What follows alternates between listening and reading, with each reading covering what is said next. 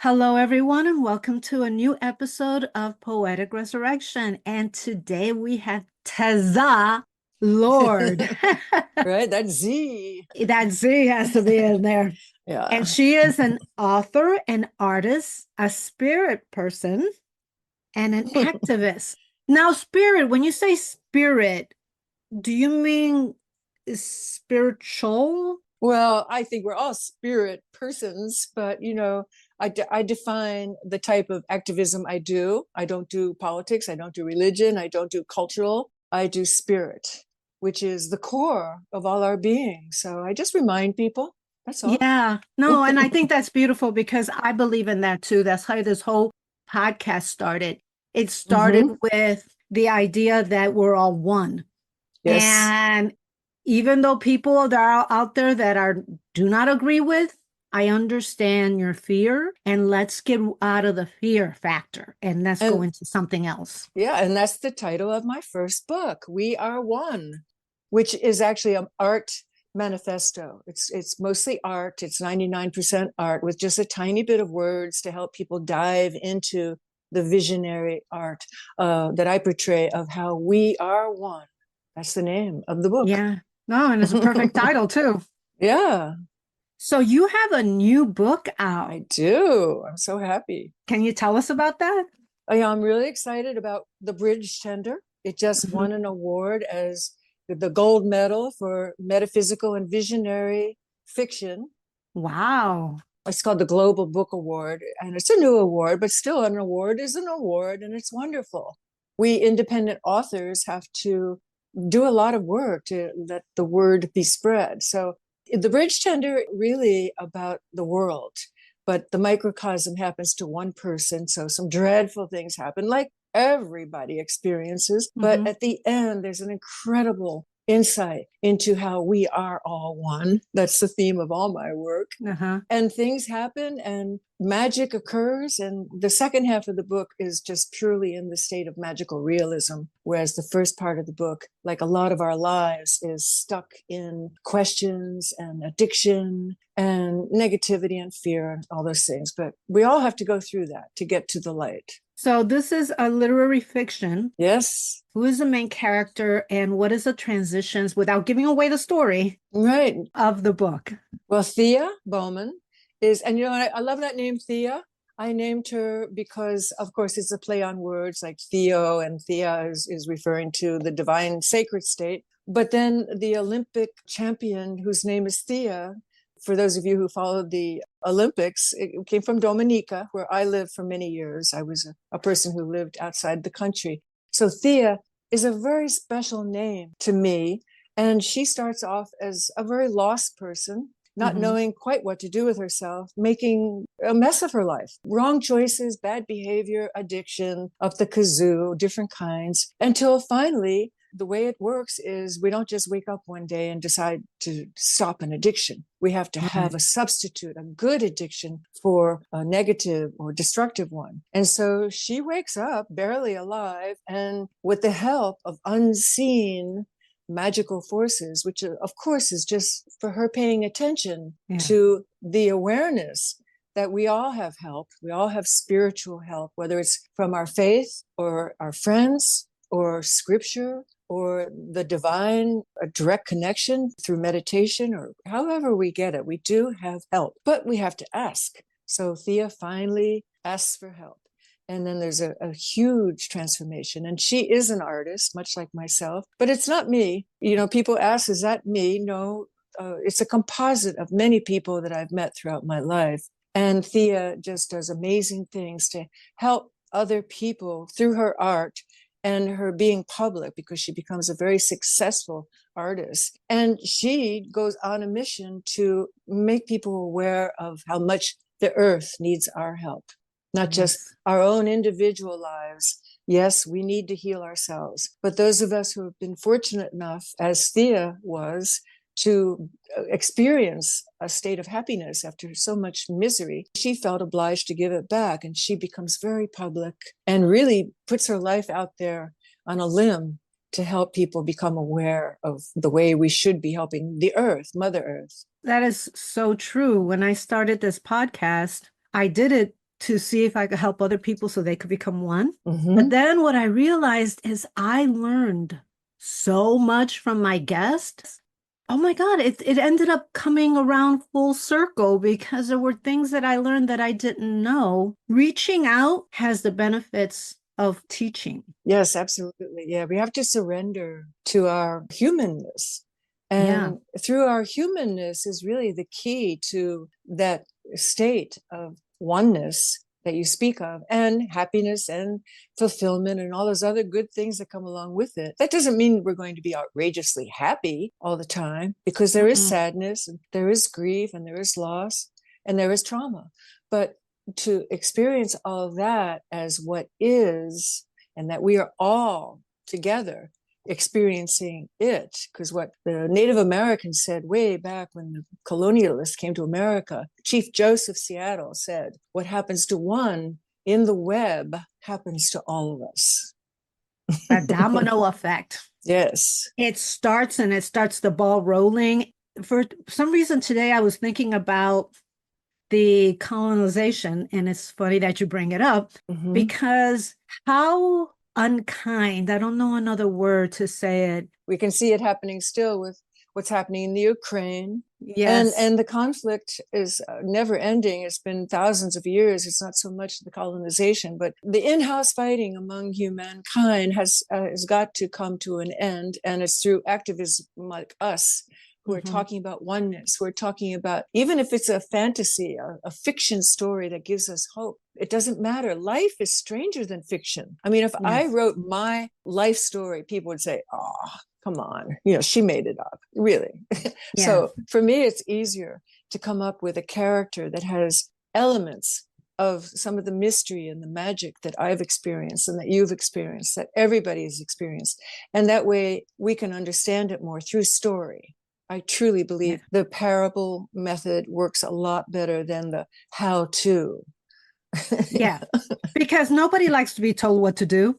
Right. And I find that through humor, through story, and you're right, parables make a lot more sense than saying, don't do that, than following the 10 commandments, or, that's it, don't do this, don't do that. And then everybody breaks it. It's like, don't tell me what to do, But we have to be ready to make that change. And so I find it's easier to ease it in. And the thing is, it's not a thing of control. When you're easing it in, it's not control. It's letting go of control. It's surrendering. Yeah. Which is the hardest thing. Because when you surrender, you let go of a belief that you held on to for so long. Right. And you make yourself so much more open to all sorts of possibilities. And possibilities are endless. You change one tiny variable in any situation, a totally different spin on any experience. And we see that there's a lot of movies and streaming shows that are going into time traveling now. That's a big subject among entertainment. Like, let's go back, back to the past and try to change things. And one little change will change the course of history, because we don't know how one person affects even just one other person. And that could change thousands and millions. Yes, I find it fascinating that science has, and I forget the name of the camera, but they could take pictures and they could see the energy fields around whatever. The electron microscope, I think you're talking about, really going into minute detail. They had one where they used this camera and they had plants and they saw the energy field of the plants. And then the plant's caregiver walked in and the energy was like, ooh, they were like so happy. Yeah. And you're like, wow. I mean, I'm fascinated by that we can't see that, but the camera catches it. Well, that's why people talk about green thumbs, but it's really about your aura, your energy field. It's true. I'm one of those people who has a green toenail. I mean, I have green everything. I love plants. And I will pick up a plant along the roadside that people have ditched and they've taken it to their garbage. They think it's dead.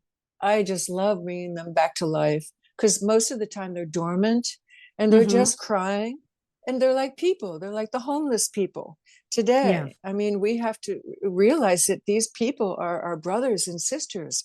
They're not just to be shunned. And what happened to them could happen to us in a heartbeat. Yes, especially Mm-hmm. with, like, I live in Los Angeles, Oh my God, and yeah. our homeless population is really sad. And Mm-hmm. what happens is, since we have so many people are from out of state. They're not Mm-hmm. people from California. People come here with a dream and then realize how Right. ridiculously expensive it is. Get into drugs. I mean, Mm-hmm. it's sad. And it's also sad to see people become homeless because the rents are so ridiculously high. Yeah. I live in Florida where we have the same situation. It also has a lot to do with the weather, because Mm-hmm. being homeless in Detroit, Michigan is a hell of a thing. But being homeless in California or Florida, at least, you don't have to worry so much about freezing. Yeah. And maybe the garbage will be, I don't know, a little more available or something. but Yeah. but the circumstances of life are such that, like in my book, the bridge tender, Thea Mm-hmm. is given a set of circumstances that a lot of people would shudder at. And I've actually had people say to me, it's very hard to read something so difficult, but that's life. And then the difficulty pays off, because how can you see that there's really an opportunity for growth and connection with our highest goals in life if we don't see the contrast of where it came from and how difficult a person had to work to become successful or happy or even safe, Mm-hmm. whatever their goal is in life. And for me, I've never thought about success or money or career. I always wanted to have the ultimate experience of being alive. That's what I went for. I think that people take our lives for granted too much. Like, just because every cell in your body is working together today, that doesn't mean it's always going to be working together if you don't take care of it. Absolutely. And I Mm-hmm. am a true believer that if a couple of cells in your body are not working well, that the other ones should help it. Because we have trillions of cells. Why are we letting Yeah. thousands or even a couple million dictate our welfare?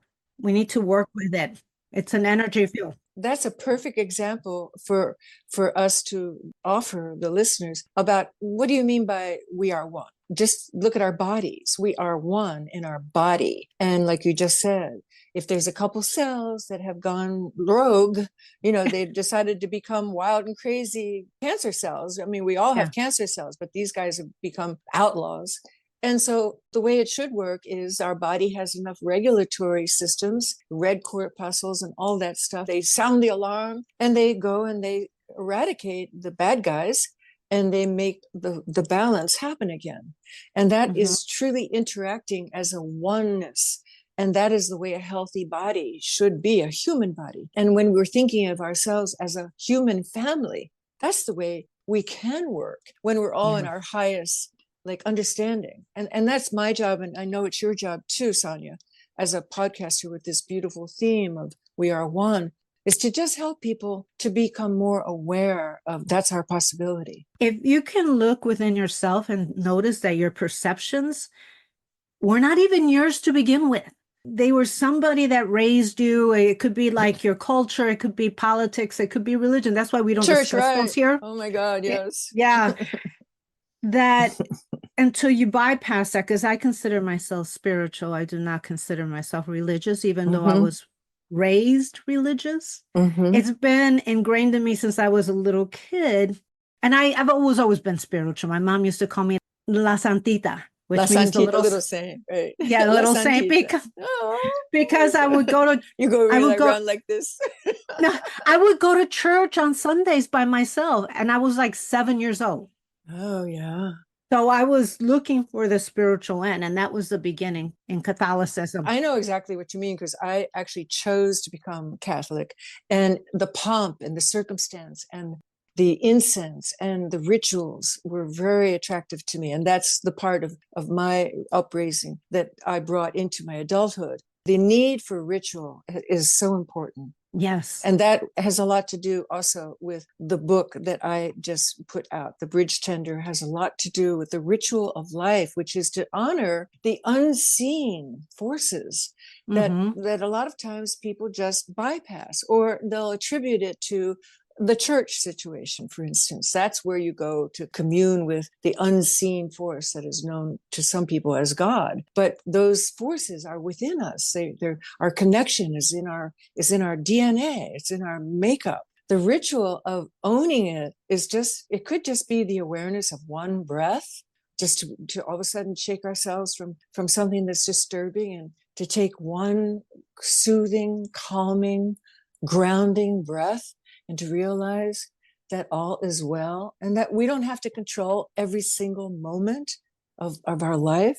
It's a beautiful thing to have that ritual, even if it's a tiny thing, like being aware of our breath. I think breath work is extremely important. It gets us in tune to the present. Yes. Now, on your book, since she had a drug problem, is there a section that just talks about her going through it and how she became awakened?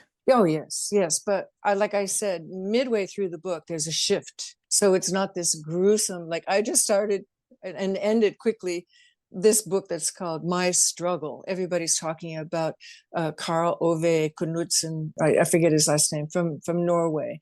And it's basically his struggle with alcoholism. And it's 3 big books. And I said, I can't deal with this because it's just not enough of a payoff, Yeah. you have to know that the struggle is for a reason, and that the awakening is going to be happening. And so in Thea's situation, you see right at the beginning, you see a sparkle of it, because the introduction is from the unseens. And the unseen say, Thea's story is your story. It's her story instead of history, right? It's her story. And it has a lot to do with what I call the goddess, which is being close to nature, the goddess, which is also the way we can think of the earth herself can be this entity that people used to actually, be so mysterious about, that they called it Gaia and thought of it as a goddess in the ancient Greek literature. And so the idea of Gaia and the goddess and the unseen forces coming to the rescue happened pretty quickly to Thea, because this is not a gruesome sobriety story. This is just an awakening for the entire family of humankind. And so, you start off with an individual story, just like we started with our corpuscles and our cells talking to each other. And then you expand and make the story so it becomes universal, so everybody can understand it. There's been so many sobering up stories that it actually is kind of boring.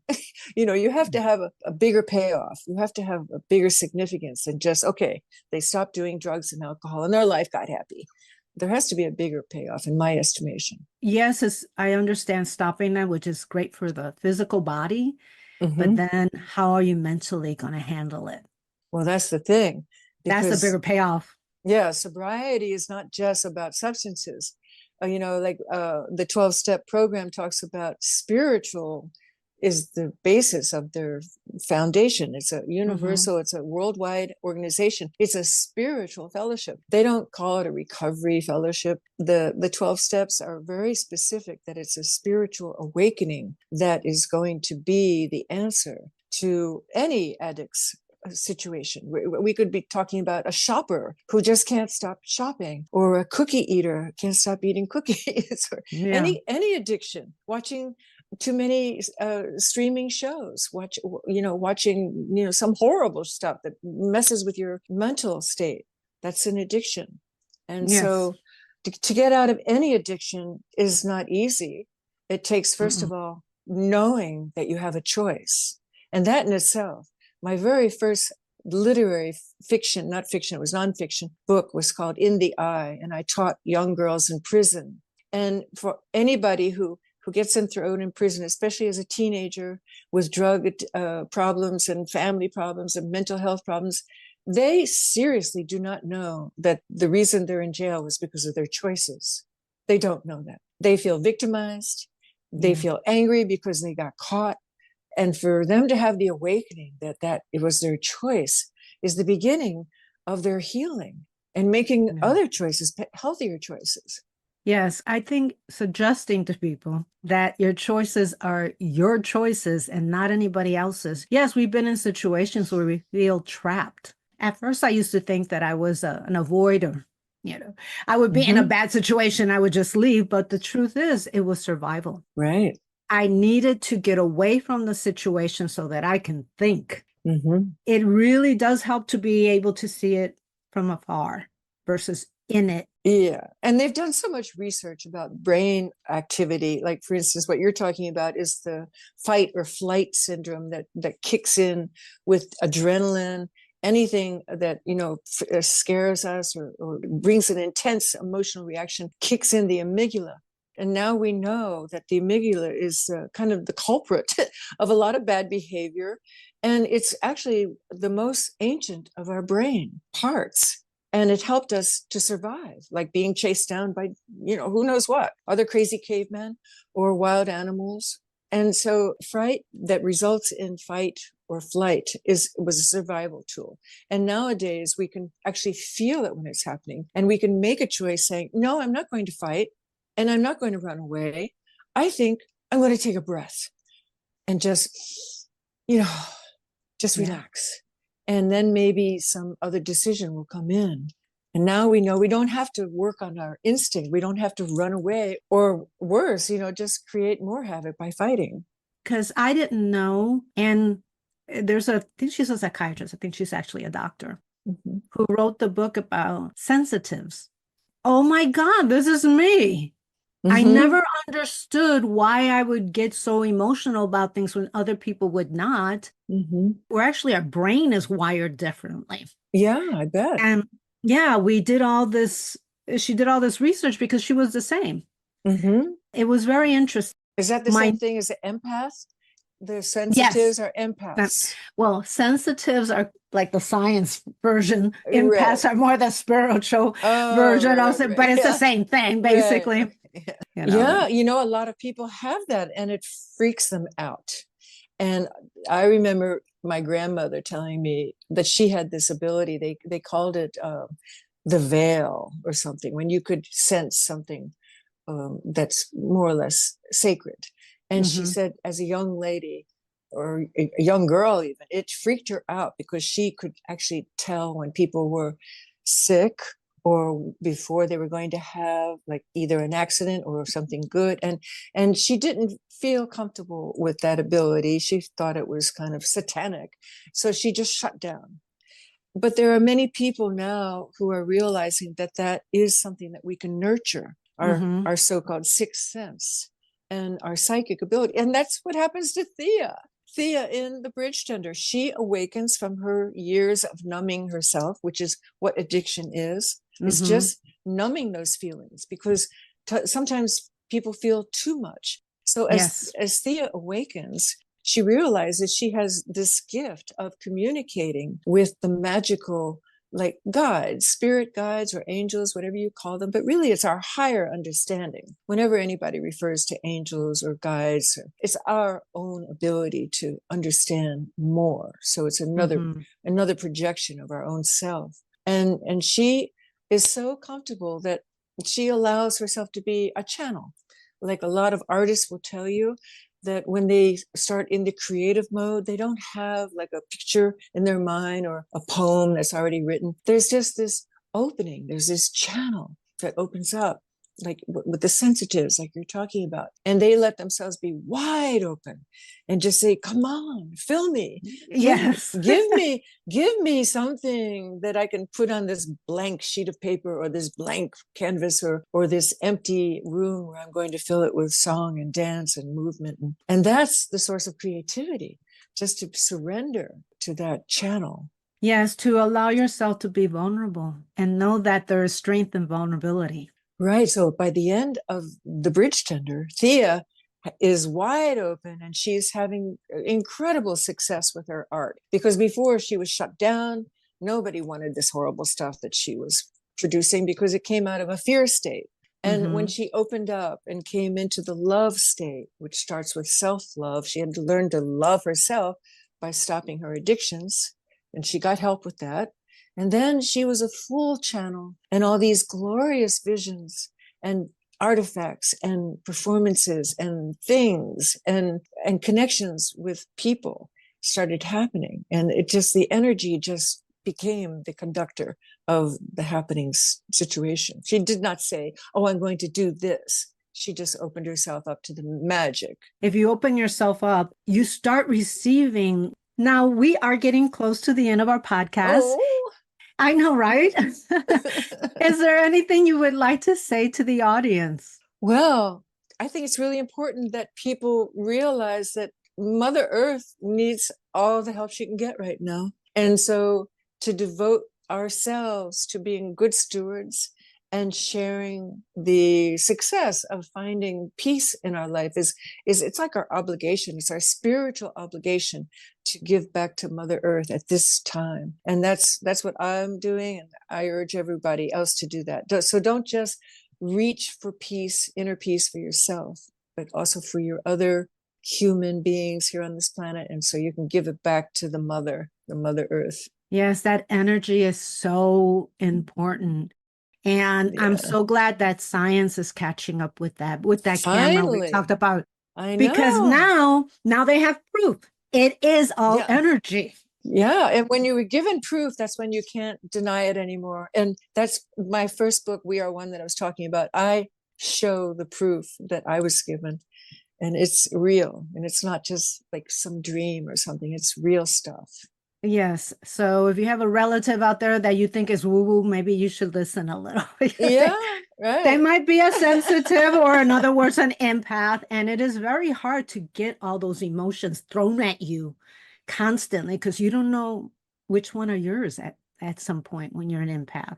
Yeah, that's interesting. Wow. It took me, like my sobriety story started 40 years ago. I'm now much more sober than I was when all the years that I had been an addict and alcoholic myself. And I found that to deal with my feelings, it took me a long time. Yes. Like sometimes it was a couple weeks later and I said, oh, that's why I was so depressed that day. Yes. Or so happy that day. And I almost had to make a study of it myself because it was delayed reaction. When people are so accustomed to shutting down all the time, it's not just a matter of saying, okay, I'm awake now. You have to really practice at it. And that's why meditation is so useful, even if it's just for a few breaths, just to tune into that altered state, which is available to us all the time, which is our true inner state. It's really important. It's just as important as doing abs if you want to have a beautiful body. Yeah. But the breaths bring you into the moment. Because I read that you cannot be thinking and breathing at the same time, like the actual thinking of the breath and listening to it. Yes. And so that brings you into the moment. So I wanted to thank you so much for being on the podcast. You are fabulous. Oh, well, thank you. It takes one to know one. Well, thank you. And we must have you back on the show. Oh, I'm delighted. My mission is to spread love. Love is the weapon of mass illumination. That's my motto. Yeah. Thank you, Sonia, for having me. Thank you. Yeah. Thank you for having me.